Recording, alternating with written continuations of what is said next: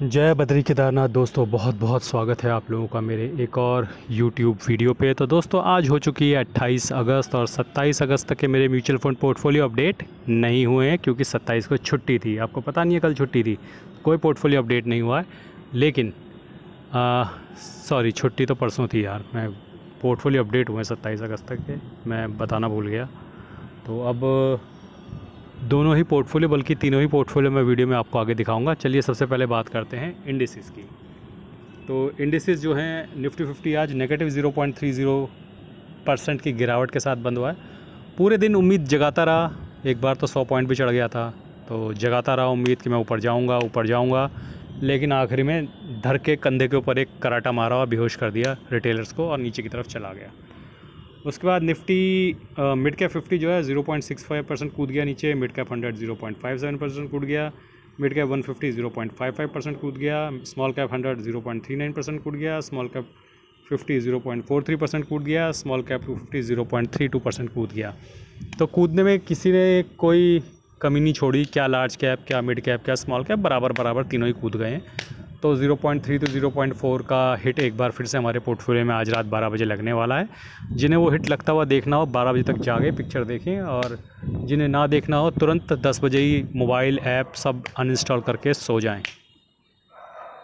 आइए चलते हैं अपने FIDI के डेटा पे। तो क्योंकि 7 बज गए हैं और FIDI का 22 साल का डेटा आज अपडेट हो गया होगा, देखिए हो गया है। 3800 करोड़ की सेलिंग कर दी है FI ने फिर से, और इसके अगेंस्ट ज़बरदस्त लगभग 7000 करोड़ की बाइंग करी है हमारे DI ने। तो DI को तो बहुत अच्छा लेवल मिल गया, अब तो वो भर भर के खरीदेंगे। बेचारों के पास बहुत दिन से पैसा पड़ा हुआ था, समझ नहीं आ रहा था क्या डालें, कहाँ डालें। अब अच्छा खासा mid cap, small cap, large cap सब गिर रहे हैं, तो अच्छा वो इन्वेस्ट कर रहे हैं। लेट्स सी कैसा रिटर्न हम लोगों को वो देते हैं इस साल के आखिर तक। बाकी दोस्तों मैंने कुछ म्यूचुअल फ़ंड की बुक्स के लिंक दे रखे हैं, और वो म्यूचुअल फ़ंड की बुक्स के लिंक जो हैं वो फ्लिपकार्ट के हैं। अगर आप अपने मोबाइल स्क्रीन पर टैप करेंगे तो लेफ़्ट साइड में बॉटम में आपको व्यू कोड या प्रोडक्ट कोड करके कुछ ऐसा लिंक आएगा, उसके अंदर आपको फ्लिपकार्ट के लिंक मिलेंगे। अगर आपको म्यूचुअल फ़ंड की बुक्स नहीं लेनी है तो फ्लिपकार्ट से जाके आप कुछ भी शॉपिंग कर सकते हो।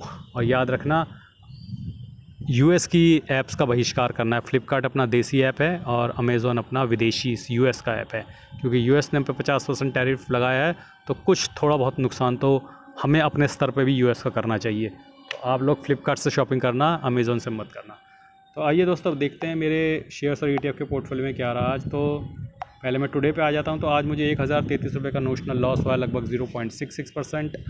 और फार्मा बीज ने आज घातक 1 रुपये का नुकसान दिया है, IT बीज ने 31 रुपये का नुकसान दिया है, डिवॉप बीज ने 9 रुपये का, FMCG ETF ने 76 रुपये का गेन दिया है, HDFC कॉल ETF ने 82 पैसे का गेन दिया है, डाबर मैंने बेच दिया है आज, शरिया बीज ने 11 रुपये का नुकसान दिया है, अल्फा L30 ETF ने 1 रुपये का नुकसान दिया, टाटा मोटर्स ने 619 का नुकसान दिया, बैंक बीज ने 1 रुपये का नुकसान दिया, ICICI BT2 ETF ने 7 रुपये का गेन दिया है, टॉप 10 एड ETF ने 8 रुपये का नुकसान दिया, निफ्टी क्वालिटी ETF ने 35 रुपये का गेन दिया है, जीनस पावर ने 207 का नुकसान दिया, लो वोल्टाइल ETF ने 9 रुपये का गेन दिया है, इंडसइंड बैंक ने 198 का लॉस दिया है, इरकॉन ने 38 रुपये का लॉस दिया, सेंसेक्स ETF ने 13 रुपये का लॉस दिया है।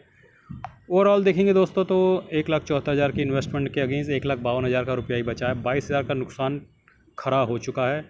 फार्मा बीज आधे % का नुकसान में, IT bees no profit no loss, डिवॉप बीज 3% के नुकसान में, FMCG ETF 1.37 का मुनाफा दिखा रहा है अभी भी, HDFC क्वाल ETF 1.34% का मुनाफा दिखा रहा है, डाबर 5% के नुकसान में बेच दिया है मैंने आज, शरिया bees no profit no loss, L30 ETF 2% के नुकसान में, टाटा मोटर्स 8% के नुकसान में, बैंक बीज 1.5% के नुकसान में, ICICI BT2 1% के नुकसान में, टॉप 10 एड ETF 3.5% के नुकसान में, निफ्टी क्वालिटी ETF 1.37% के मुनाफे में, जीनस पावर 28% के नुकसान में, लो वोल्टाइल ETF अभी भी 3% के मुनाफे में, इंडसइंड बैंक 32% के नुकसान में, इरकॉन 33% के नुकसान में, और सेंसेक्स 1.5% के नुकसान में है। तो शेयर्स की तो वाट लगी पड़ी हो, तो 30% नीचे घुस चुके हैं, लेकिन जो ETF हैं वो अभी भी अपनी पोजीशन बनाए हुए हैं, 1.5-2-3% के नुकसान में ही है। तो ETF में यही फ़ायदा होता है कि बहुत तेज़ी से नहीं गिरते, और यही नुकसान होता है कि बहुत तेज़ी से नहीं बढ़ते। लेकिन अपने को तो घाटा ही तेज़ी से होता है, मुनाफा तो अपने को कभी भी तेज़ी से हुआ ही नहीं। तो हम मुनाफा तो धीरे धीरे ही लेते हैं, और घाटे के लिए हमने ETF लेनी शुरू कर दी हैं।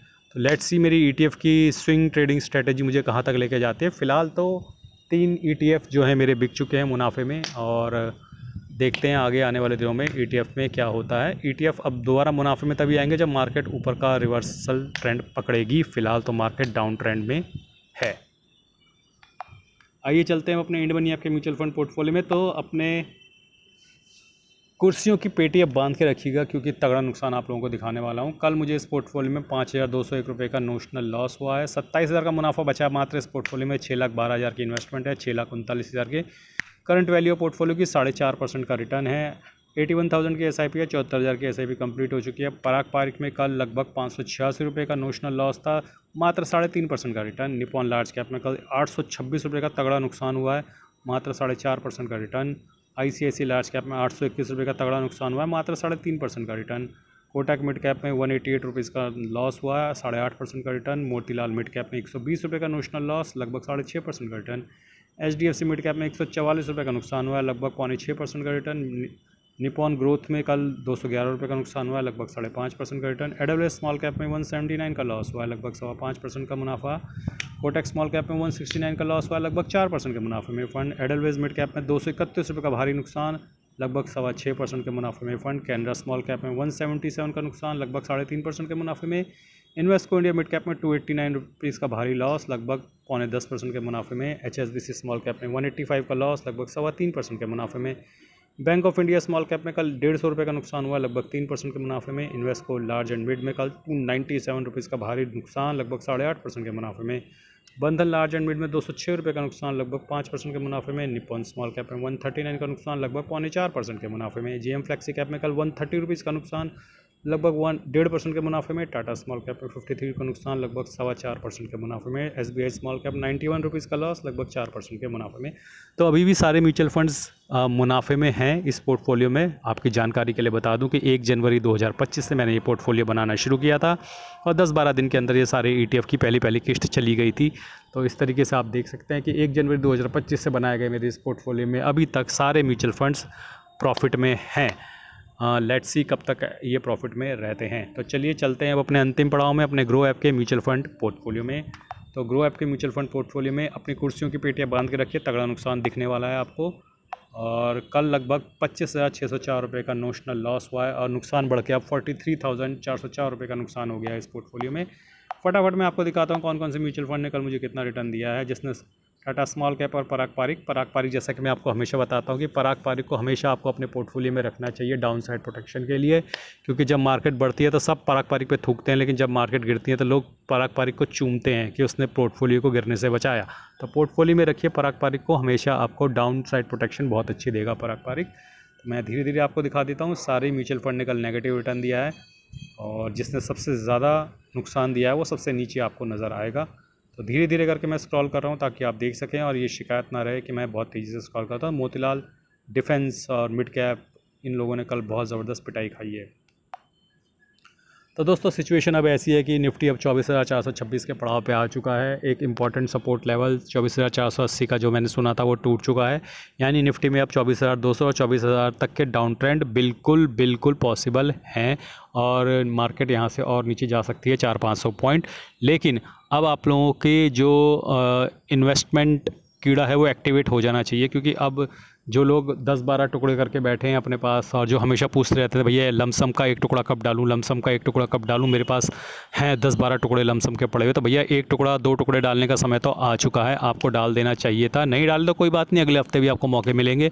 मार्केट ऐसा कहीं भाग कर नहीं जा रही है एक ही दिन में और अब तो डाउन ट्रेंड शुरू हुआ है। मुझे लग रहा है कि 24,000 तक के लेवल दोबारा से खुल गए हैं। 24,000 फिर नीचे वो सपोर्ट आपको याद है 23,900 का, जो पिछली बार भी हम अटके थे वहाँ पे जाके, तो वो सपोर्ट है। अब 400-500 पॉइंट का डाउन ट्रेंड दिख रहा है। लेट्स सी वीकेंड पे कोई अच्छी खबर आ जाती है, मार्केट यहीं से रिवर्सल ले लेती है, लेकिन अगर ऐसी खबर नहीं आती है तो अब अपना धैर्य और साहस ढाढ़स बांध के रखना, क्योंकि अब मैं हमेशा बोलता हूँ कि जब मार्केट डाउन ट्रेंड में चली जाती है तब पैसा बनाने का, लॉन्ग टर्म वेल्थ बनाने का असली समय वो होता है। तो अब वो असली समय आ रहा है जब आपको लॉन्ग टर्म वेल्थ बनानी है। अगर आपके पास 10-12 टुकड़े पड़े हुए हैं तो उसमें से 1 टुकड़ा 2 टुकड़ा ज़रूर डालिएगा ताकि भविष्य में आपकी वेल्थ बन सके। सारा एक साथ चढ़ के मत डाल देना, क्योंकि हो सकता है, किसी को नहीं पता मार्केट कितना नीचे जाएगी। अलग अलग यूट्यूबर के चैनल के नीचे जाके कमेंट डाल के मत पूछना कि भैया बता दो कहाँ तक नीचे जाएगी। बड़े बड़े एनालिस्ट जिन्होंने न्यूज़ चैनल खोल रखे हैं, जो उनकी न्यूज़ चैनल की लाइव फीडिंग यूट्यूब पे होती है, उनसे जाके मत पूछना कि भैया कहाँ तक जाएगा। आप तो बहुत बड़े एनालिस्ट हो, उनको भी नहीं पता। उनको पता होता तो वो न्यूज़ एंकर बन रहे होते क्या? रोज़ सुबह 8 बजे टाई पहन के वहाँ पे आ रहे होते क्या स्टूडियो में? आज मुझे पता होता कि मार्केट कहाँ से रिवर्स करेगी, कहाँ से ऊपर जाएगी, तो मैं तो सारा पैसा रोक कर बैठता, सीधा रिवर्सल वाले पॉइंट पर डालता और करोड़पति हो जाता। तो भैया किसी को नहीं पता, जिसको पता है वो बैठ के न्यूज़ एंकर नहीं बनेगा, वो बैठ के यूट्यूब चैनल नहीं चलाएगा। तो बी अ स्मार्ट पर्सन और थोड़ा थोड़ा सिस्टमेटिकली इन्वेस्ट करते रहें। ठीक है, आज के लिए बस इतना ही। धन्यवाद, गुड बाय, जय बद्री केदार।